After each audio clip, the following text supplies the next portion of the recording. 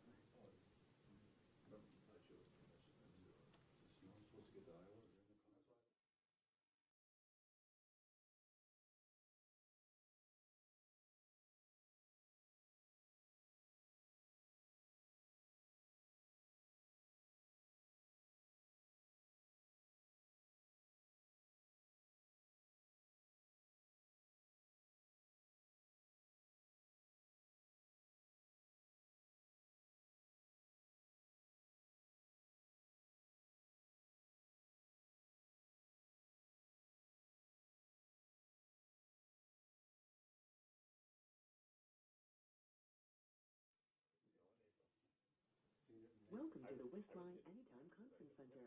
Please enter your passcode, followed by the pound sign or hash key. That's what I was being told. This is what you get. It's a lot of rain. The ground is too hard for rain.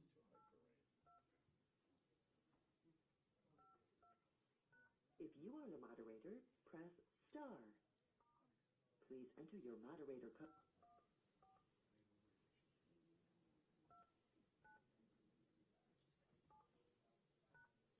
Five, 1, 4, 2, 9, 7. If you are the moderator, press star. Please enter your moderator code, followed by...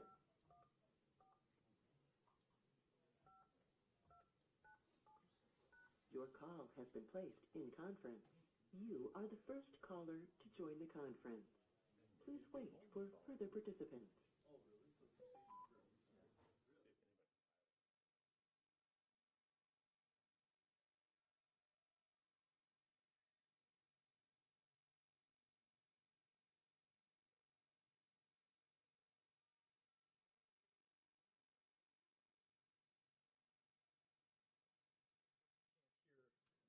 Them, because we don't. Oh, are you sure? Okay. Yeah, we don't want to hear them. No, I just saying. I thought it was. That's more technology than I knew about on those things.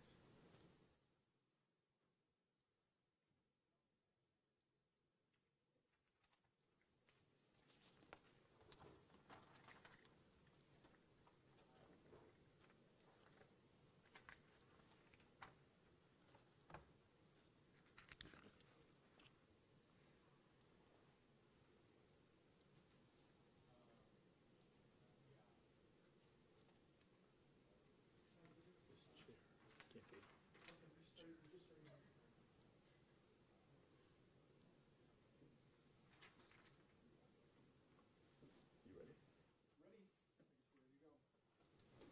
question is, are you ready? Okay. Good morning, everybody. And thank you for coming today. This is the day of the Iowa caucuses, and we thought it would be a good time to focus on preparations in Wisconsin for elections. And probably the biggest change is this will be, since February 2012, the first statewide election on February 16th that will be done with photo ID. In-person absentee voting started in Wisconsin today. People are starting to pay attention to elections, and I think the message we want to convey is for all voters, we want to encourage them to participate in the process, and that means, as we've said for years, you need to be prepared. Preparation this time around means making sure that you have the appropriate identification with a picture that allows you to vote both in-person absentee or at the polls. We have 4 major election events this time. We have our February primary coming up in 2 weeks. We have the April 5th presidential preference election, and I think it will still be a very interesting time. We have our August partisan primary, and then there's the general election in November, which includes the presidential election. All of these, we're going to see varying amounts of turnout. We think it's important before, as the election season starts, to remind people about the need to have picture ID when you get to the polls on Election Day. We've already had 29 special elections with the photo ID requirement, starting in May and June of 2015. They've been held in 117 different municipalities across the state and in 14 counties. We've learned a lot from those. We've been monitoring them. They've been relatively low turnout. We've had very few provisional ballots, by very few, under 10 total, where people didn't have their ID at the time. But as we get into bigger turnout elections and statewide elections, we know it's important for people to be aware and to be prepared. Most people already have the identification that they need: a Wisconsin driver's license, a state-issued ID from the Department of Transportation, a military ID, and a passport are probably the most common forms of ID. In addition, student IDs are valid for voting, but they do require a few more things. Generally, with your regular IDs, you do not have to have a current address. With student IDs, they have to be signed by the student. They have to have an issue date, an expiration date, and they have to be accompanied by a second document. They're the only ones that have a second requirement, and that is a certificate from the university showing that that student is currently enrolled during the period that the ID is valid for. If you don't have an ID, the Department of Transportation has a program in place to assist people. Even if you don't have a birth certificate, they will do some of the research for you. That's a program that the Department of Transportation has been working on, and I would encourage you, if you want to follow up, to find out some more information from them. As I said, the ID that you use does not have to necessarily be current today or have a current address. It has to be current as of our last general election, so it has to be current as of November 4th of 2014. We've been doing a lot to focus on the ID ever since it was passed in 2011. We have had our own Speakers Bureau. We've done a number of presentations. I'm going to turn this over to Megan McCord-Wolf in just a few minutes. Since the photo ID law has been in place, she and some of our other staff have done 15 separate presentations, including 2 in the last week that were very well received, where we talked with groups representing people with disabilities and representing elderly voters to get them as much information as possible on how they can work on on how to get a voter ID. Since this started, we probably have done over 350 in-person presentations, and we developed a lot of informational packets to distribute. I'm going to have Megan talk a little bit about some of the resources that we have available for this, come back and talk about what we can do going forward, and then answer any questions. So with that, let me turn it over to Megan McCord-Wolf. Thanks, Kevin. As Kevin mentioned, our outreach approach for the 2016 election cycle has been to prepare voters. We've been focusing on holding events with representatives for groups that work directly with voters. We go out and train the representatives who then train the people that work in their organizations who then work directly with those voters. This approach really allows us to customize the information to the audience and to answer questions that are specific to the voting situations these organizations encounter. For example, last week we held an event with an organization that works directly with elderly and disabled voters, and we had over 40 minutes of questions. Many of these questions were about voters who no longer have a valid driver license or state ID, and they're worried about how those voters are going to get to the DMV to get an ID to vote. And this is also a very popular question that we receive in our office. So as you are preparing for the 2016 elections, you may also be helping friends and family get ready for those elections as well. And it's important to note that there are some voters who do not need to provide a photo ID when voting absentee by mail. Indefinitely confined voters, so those voters who have a hard time getting to the polls due to age, illness, infirmity, or disability, do not need to show a photo ID when getting their absentee ballot by mail. Voters who fall into this category simply need to indicate on their absentee ballot request form that they are indefinitely confined, and they will automatically receive an absentee ballot for every election. So perhaps you or a relative or friend falls into this category and you're worried about getting to the DMV in order to get an ID to vote. Just remember that if you have a hard time getting to the polls because of age, illness, infirmity, or disability, you may not need to provide a photo ID when voting by mail. There are other voters who do not need to show a photo ID when receiving an absentee ballot by mail, and those include our active duty military personnel who are away from home, our permanent overseas voters, and our confidential voters. And if you have any questions about if you qualify or how to receive an absentee ballot, please contact the G.A.B. or your municipal clerk. Now, if you're going to be going to the polls this year to vote, there's 3 simple steps that you need to follow to be prepared to get your ballot on election day. The first step is to state your name and your address to the designated poll worker. Next is to show your acceptable photo ID. And then third, you'll sign the poll book next to your name. If you follow these 3 simple steps, state it, show it, and sign it, you'll be issued a ballot at the polls. Now, if you get to the polls this year and you're not quite as prepared for Election Day as you had intended to be, and you get to the polls only to realize that you forgot to bring your acceptable photo ID or that you do not have one of the acceptable IDs for voting, there are still options. If you do not have the acceptable ID with you, you'll be offered what's called a provisional ballot. You'll make your selections on your provisional ballot just like you would a regular ballot. The ballot's then put into a provisional ballot envelope, and the election official will hold onto it. You will then need to bring your photo ID in order for your ballot to be counted. You can either return to the polling place before the polls close at 8 p.m. and provide your photo ID, or you have until 4 p.m. on the Friday after the election to come into your municipal clerk's office and provide your photo ID. If you do this, your provisional ballot will be counted. If you're looking for more information to prepare for the 2016 elections, you can check out some of the G.A.B's resources. One resource is you can visit the myvote.wi.gov website. Here you can find out if you're registered to vote at your current address. You can also find your polling place and view a sample ballot. Another great resource is the G.A.B's photo ID website, bringit.wi.gov, and this will show you all of the information you need to know about the voter photo ID law, the exceptions to the law, and how to get a state of Wisconsin ID card if you don't already have an acceptable ID.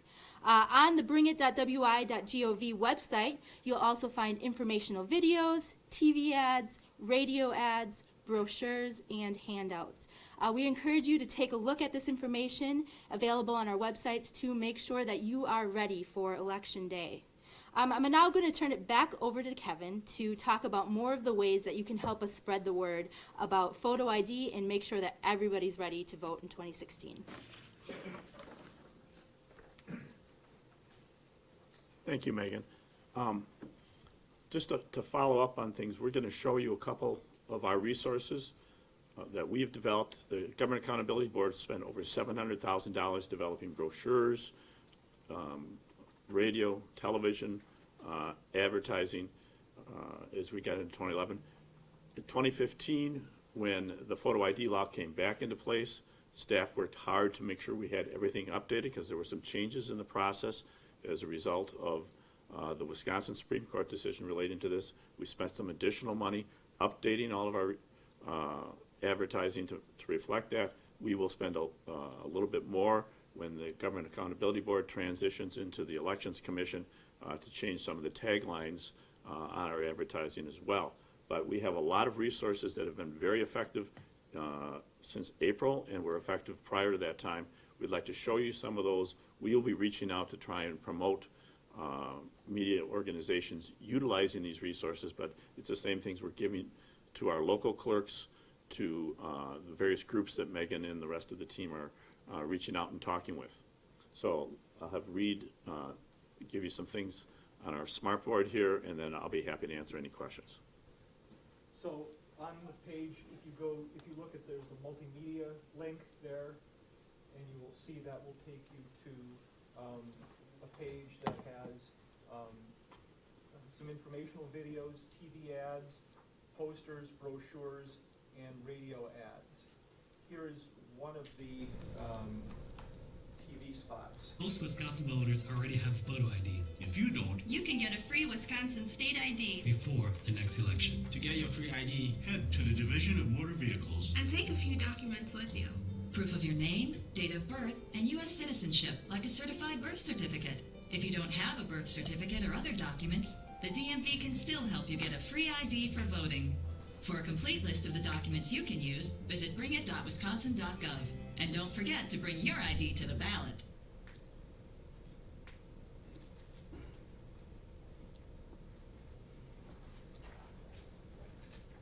Another one we have is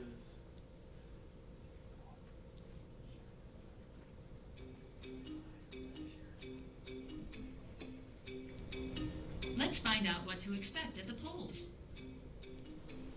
Voting in Wisconsin will be a little different. That's because now everyone is bringing it to the ballot. A Wisconsin driver license, a passport, or military ID. These are just a few of the photo IDs you can use to vote in Wisconsin. Remember to bring yours. It's the first step to a successful experience at the polls. Once you're there, checking in is as easy as 1, 2, 3. Hold on, you'll see what we mean. First, you state your name and address. An official will verify the information in the poll book. Next, you'll need to show your photo ID so that poll workers know you really are you. Finally, you sign it. Your signature goes right next to your name and address in the poll book. Now you're ready to vote. Just remember that some people won't be as prepared for these changes as you are, so try to be patient. The lines may be a little longer this year. Of course, not everyone votes at a polling place. For more information about how Wisconsin's new voter photo ID law affects elderly, absentee, and special needs voters, visit bringit.wisconsin.gov. Sponsored by the Wisconsin Government Accountability Board. Also, find us online at G.A.B.wi.gov. Thank you.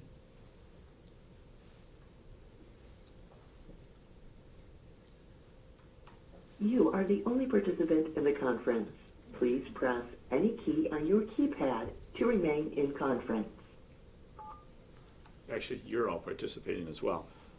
This is the time, if you've got any questions that you'd like to ask about this, we really want to emphasize in all of our communications, and if you call us up asking about voter turnout, we're going to say, be prepared, bring it to the ballot.